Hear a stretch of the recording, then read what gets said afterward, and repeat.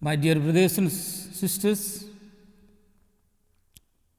the readings of this Sunday, this third Sunday, have a common encouraging theme of hope. That is, no matter what happens in our life, the reason Jesus is always with us. Peter, in the first reading, gives hope to the people, telling that even though they killed Jesus, God has raised him up. In the second reading, Peter reminds Christians that Jesus, through his precious blood, has paid ransom for us, and the saving hope is given to us. The Emmaus incident of the two disciples described in today's Gospel shows us a God who will not abandon us when we are hurt or disappointed. One of the important messages of Emmaus story is that wherever we are in our life, the risen Lord is always with us, near to us. He will not leave us. It is anywhere in the world of work, whatever our occupation. It is anywhere we are personally in doubt, in griefs, in joy, in anxiety, in worries, in distress, in hearts, in bitterness, or in lack of understanding. Christ is there always with us. He always walks with us, even during this difficult time of coronavirus, as he did with the two disciples.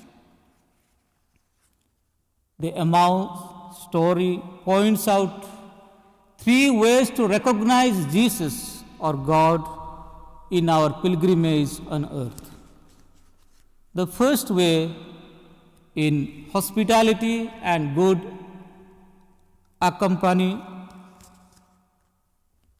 companionship, in opening our hearts to Jesus and to our fellow human beings, to others. We frequently see Jesus' love in action and come to understand Jesus better. Today, in the Gospel, we saw as Jesus was walking with the two disciples as a stranger, and as they approached the village, Jesus made as if to proceed further, even though he had intended to stay with the disciples. Jesus was only giving them an opportunity to invite him in, and he did not want to force them his presence. Dear brothers and sisters, he gently awaits for us to invite him. If we open our doors of our hearts and houses and our families and invite him, he will certainly come in and stay with us, and he will make us fully experience, fully realize his presence. Second way is in the breaking of the word of God in the scriptures. The two disciples thought Jesus would be a liberator for them, who would liberate them from Romans with his divine power. But Jesus revealed himself as a crucified Redeemer, and they could not understand pain, suffering, and catastrophe as the plan of God. But Jesus showed them that it was God's plan. Jesus broke their blindness, which blocked them from recognizing him as their Redeemer, with the explanation and interpretation of the scriptures. So, one of the important ways to recognize Jesus is to read more the Word of God and meditate and pray over it. And the third most important way to recognize Jesus is in the breaking of the bread in the Eucharist.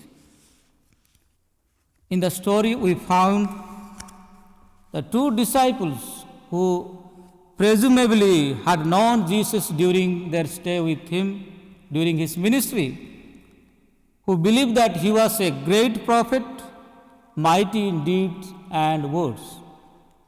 Now Jesus joined them and recognized after his resurrection as they walked along. He explained the scriptures and reminded them of all the prophecies about Messiah's death and resurrection in order to show them how the events that had happened were the fulfillment of messianic prophecies. And still they did not recognize him. It was only at supper when he took bread, said the blessing, and broke the bread and gave it to them, their eyes were opened and they finally recognized Jesus. And with that recognition, he vanished from their sight. That means Christ has transmitted forever his presence for us in the Holy Eucharist in this world. The phrase, the breaking of the bread, is repeatedly used in the Acts of the Apostle to refer the Holy Eucharist.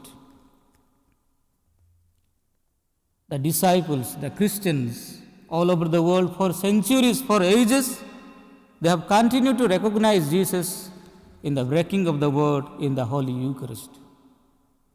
So, my dear brothers and sisters, the two greatest gifts that Jesus left for us are the holy sacrifice of the Mass or the Eucharist and the Blessed Sacrament.